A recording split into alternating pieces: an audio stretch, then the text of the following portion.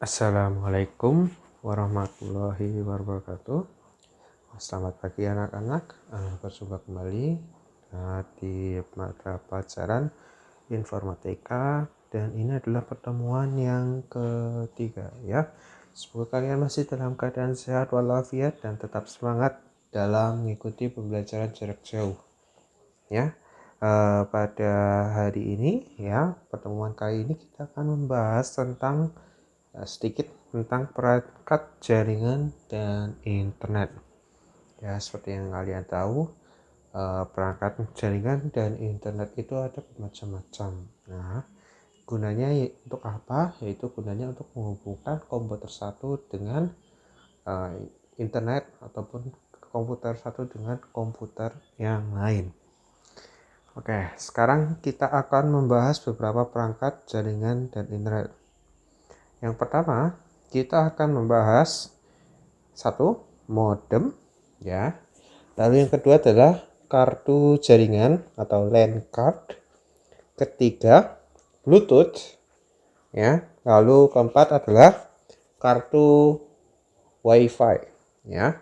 Lalu yang kelima, di pembahasan terakhir nanti kita akan membahas perangkat jaringan yang lebih baru lagi, yaitu MiFi ya. Sekarang kita akan membahas mengenai modem terlebih dahulu. Ya, modem. Mungkin bagi kalian ada yang pernah mendengar kata-kata seperti ini, modem. Modem adalah kepanjangan dari modulator demodulator. Ya. Modulator demodulator. Ya, ingat baik-baik. Modulator atau demodulator adalah perangkat ya yang berfungsi sebagai alat komunikasi dua arah ya, yang merubah sinyal digital menjadi sinyal analog.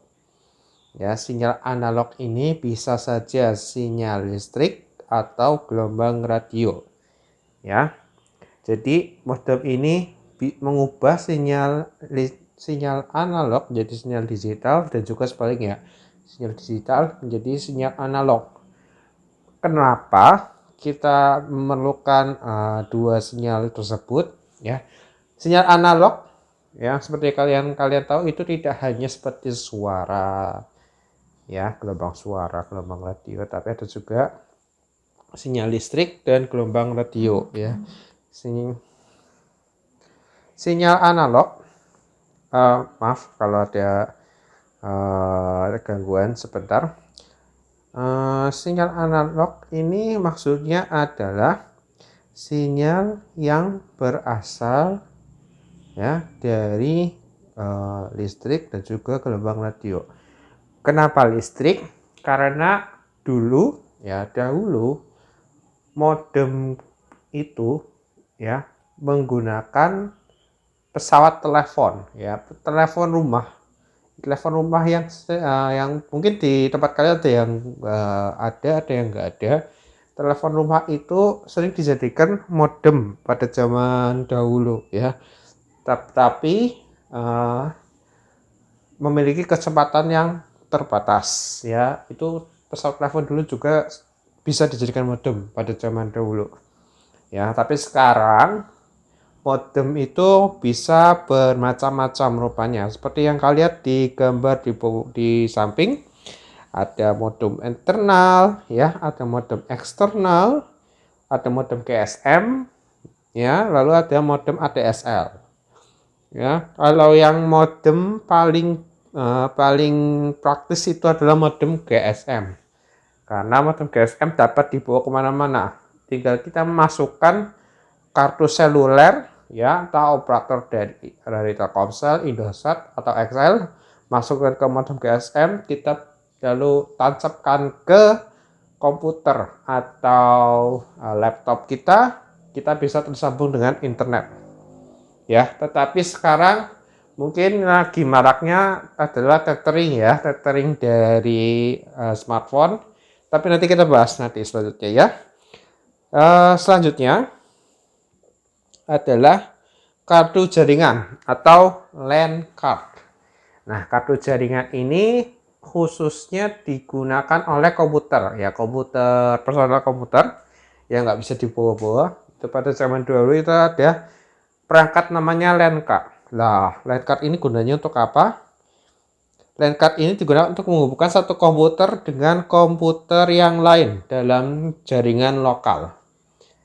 Biasanya ya, LAN card ini digunakan oleh operator-operator warnet ya untuk mengoperasikan komputer kliennya yang ada beberapa, bisa 10 sampai 20 komputer ya.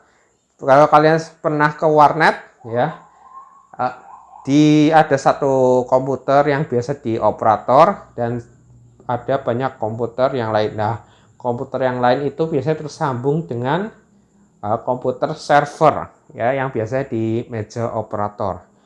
Nah, itu khususnya untuk apa? Khususnya itu bisa banyak sekali macam-macamnya, mulai dari mengirimkan data atau tersambung dengan internet. Terus ciri-cirinya seperti apa? Ciri-cirinya ya, kartu jaringan atau LAN card itu bisa kalian lihat di portnya ya, seperti kalian tahu di port di sebelah sini ya, ini adalah port RJ45 ya. Port RJ45 ini menggunakan kabel UTP. UTP itu kepanjangan dari Unshielded Twisted Pair. Kenapa dibilang UTP? Nanti kita akan bahas ya apa itu kabel UTP. Nah, biasanya LAN card ini sudah terpasang pada komputer-komputer modern saat ini ya. Jadi kalau misalnya komputer lama belum ada LAN card-nya, bisa kita tambahkan sendiri. Oke, selanjutnya ini adalah contoh dari kabel UTP ya. Kabel UTP kita lihat kepalanya seperti ini ya, ada chip-chipnya. Nah, chip-chipnya itu tersambung dengan port RJ45 ya. Lalu di dalam kabel tersebut terdapat kumparan-kumparan kabel yang melintir ya, melintir makanya disebut twisted ya. Makanya disebut kabel UTP. Lanjut ya. Lalu yang ketiga adalah Bluetooth. Oh, Bluetooth sekarang sudah maju sekali ya perkembangannya. Ternyata Bluetooth tidak hanya untuk mentransfer data dari satu perangkat ke perangkat lain. Sekarang Bluetooth sudah bisa digunakan sebagai pengganti perangkat yang nirkabel ya, perangkat nirkabel. Sekarang kita bahas. Nah, Bluetooth adalah komunikasi nirkabel yang beroperasi pada frekuensi 2,4 GHz ya. Nah, Bluetooth ini dapat berupa kartu, dapat juga berupa adapter. Ya, adapter ini bisa mengirimkan gambar ya dari perangkat satu, entah gambar entah file tanpa tersambung dengan perangkat satu dan perangkat lain tersambung dengan kabel. Ya. Nah, untuk bisa menggunakan Bluetooth ini ada yang namanya Bluetooth adapter. Ya, tetapi rata-rata laptop zaman sekarang sudah ada Bluetooth di dalam perangkatnya, di dalam motherboardnya.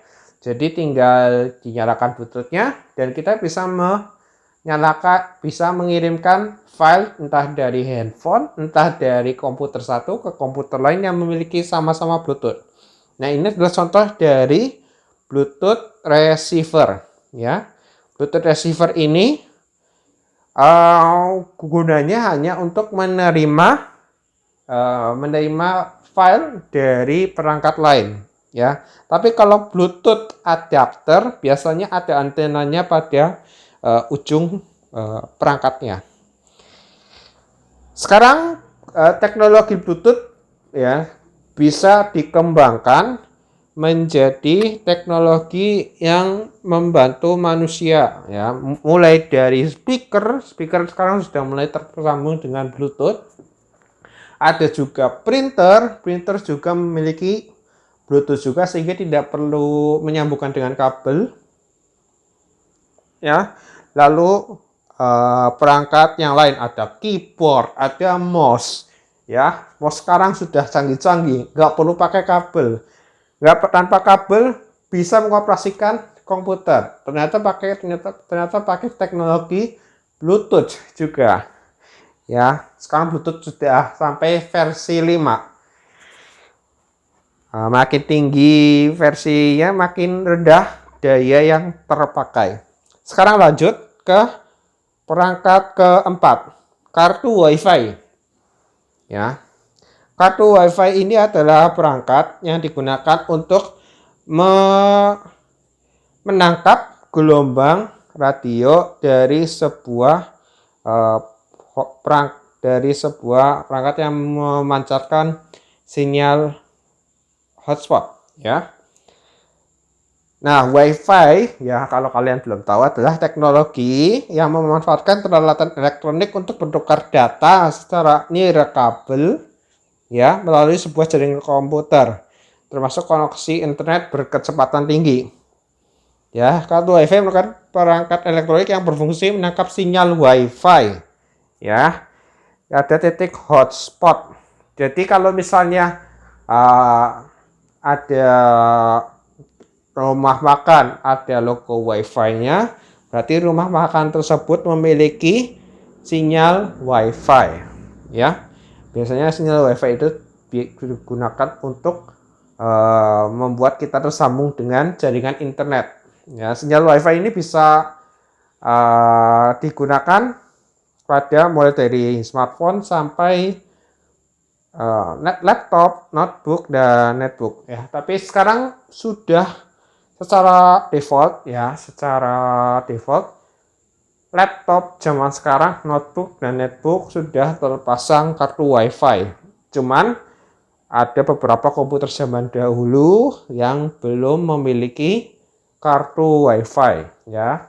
Jadi ini adalah contoh gambar kartu WiFi yang digunakan pada komputer zaman dahulu. Sekarang kalian bisa kita lihat tandanya seperti ada antenanya, ya. Itu yang hitam-hitam itu adalah antena. Gunanya untuk menangkap sinyal agar lebih baik. Oke, selanjutnya, ya, ini untuk pengetahuan kalian sekalian saja, ada yang namanya MiFi, ya. MiFi ini adalah nama yang diberikan pada sebuah perangkat wireless router yang berperan sebagai WiFi hotspot, ya. Jadi sebenarnya handphone kita memiliki teknologi untuk berperan sebagai WiFi hotspot, ya. MiFi ini perangkat hotspot untuk membagikan layanan internet ke berbagai perangkat, ya, sehingga berbagai perangkat, misalnya satu orang membawa MiFi, jadi bisa tersambung ke 3-4 perangkat. Tentu saja, ya, dengan akses kecepatan internet yang terbatas. Makin banyak yang terkoneksi, perangkat yang terkoneksi, maka kecepatan internet akan makin lambat, ya. MiFi memiliki fungsi yang sama dengan WiFi tethering, ya, seperti yang kalian tahu di handphone kalian, di smartphone kalian, kalau misalnya ingin menyambungkan dengan perangkat lain agar bisa terhubung ke internet, ada fitur namanya mobile hotspot, ya, atau ya WiFi tethering. Kadang-kadang kalau kita ada kata-kata kan minta tetheringnya dong, berarti minta internetnya disambungkan ke HP-nya, ya. Nah, MiFi ini juga menjadi alternatif bagi sebuah rumah, ya, yang belum memiliki jaringan internet, ya, misalnya belum tersambung dengan fiber optik, ya. Fiber optik itu seperti IndiHome, ya, atau mungkin First Media, ya, Transmedia, ya. Itu contoh dari jaringan internet yang fiber optik. Atau ada lagi yang namanya First Media, ya. Dan itu saja ya materi hari ini. Semoga materi yang Bapak berikan bisa menambah ilmu bagi kalian ya. Untuk saat ini sekian. Maaf kalau misalnya banyak kekurangan dalam video ini. Wassalamualaikum warahmatullahi wabarakatuh.